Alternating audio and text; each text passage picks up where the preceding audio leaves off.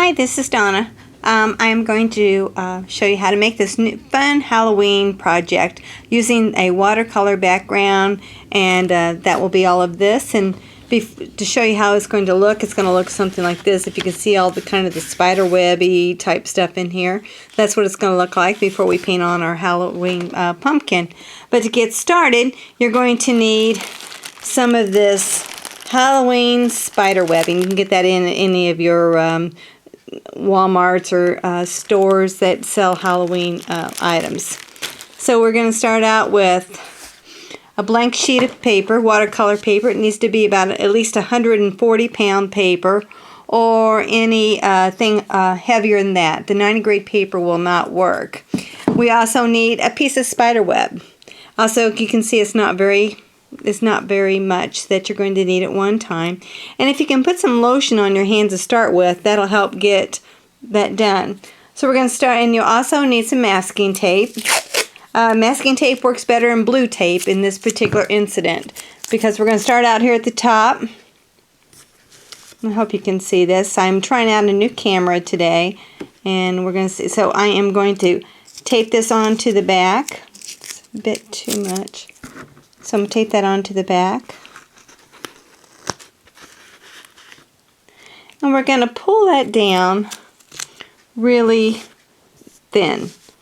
The thicker, if it's real thick, it just really won't work. It won't give you any of those little spider webs that we're looking for. So just keep pulling, pulling, pulling until you get it all covered and you've got some spider webs real thin on there. Okay, so you can pull it this way and pull it that way.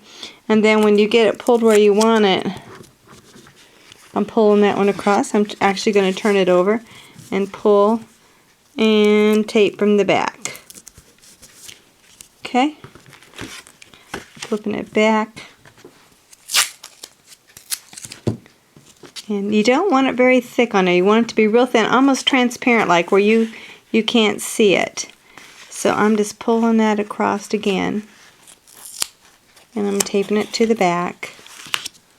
The same thing as pulling it to the bottom. Again, make sure it's thin and you don't have any holes in it. If you put a hole in it, just come back and grab a little thin piece and put it in there. So there's my, I know that's really hard for you to see, but there's my thin boards. Okay, the next thing we're going to do is take a sponge. Any sponge at all will work, and you're just going to drown it. Don't tap on it with the sponge, because if you tap on it with the sponge, you're going to pull it up, and you want that to stay right where it is. So you're just going to keep drowning this to get it totally drowned. You could actually move a little bit over with your hands if you want to.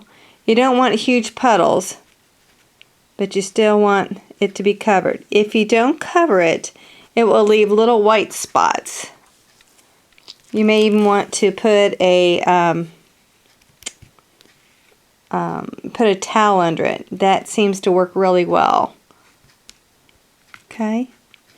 Now, I have found these really wonderful watercolors. They're liquid watercolors, and a friend of mine, Louise Jackson, who taught me this class, said, try these. They're wonderful because they're so concentrated. These are Dr. P.H. Martin's watercolors, and they're liquids, and they are just so bright and so vivid that that you're really going to love them.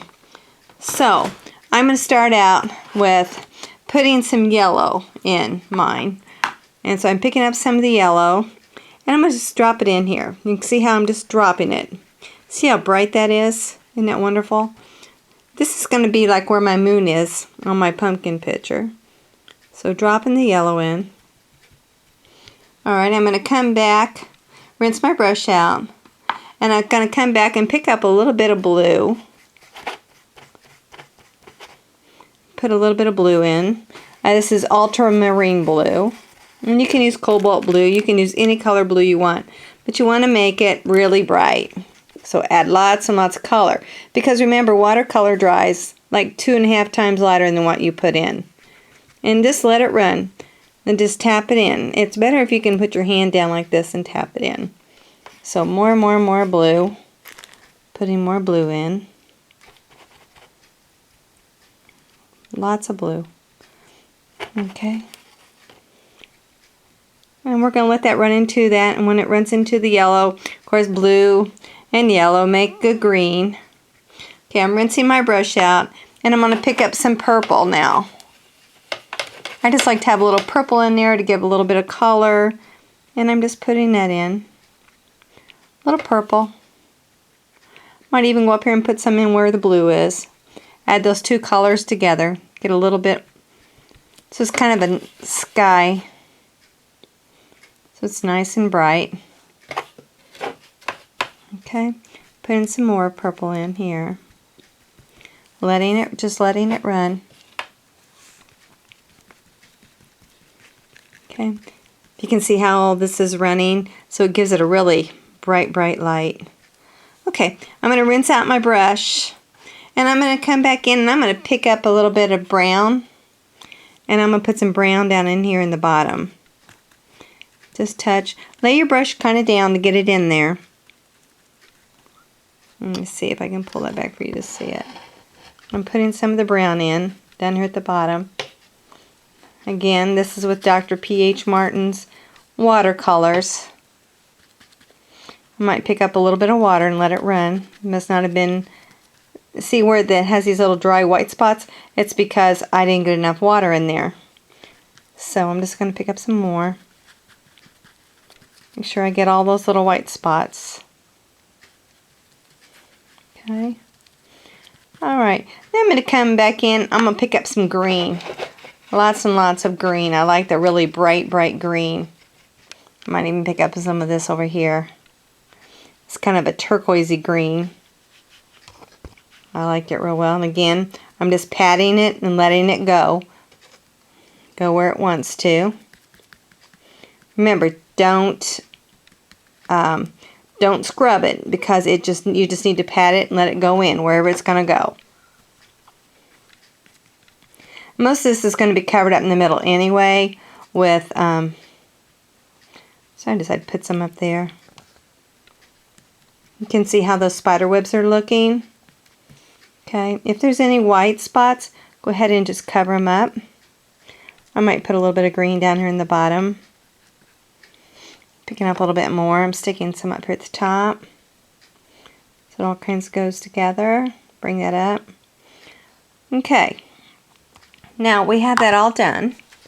If you can see how that looks. Looks pretty scary. Now we're going to let that dry for at least 30 minutes. And then we'll come back in with the blow dryer and hit it.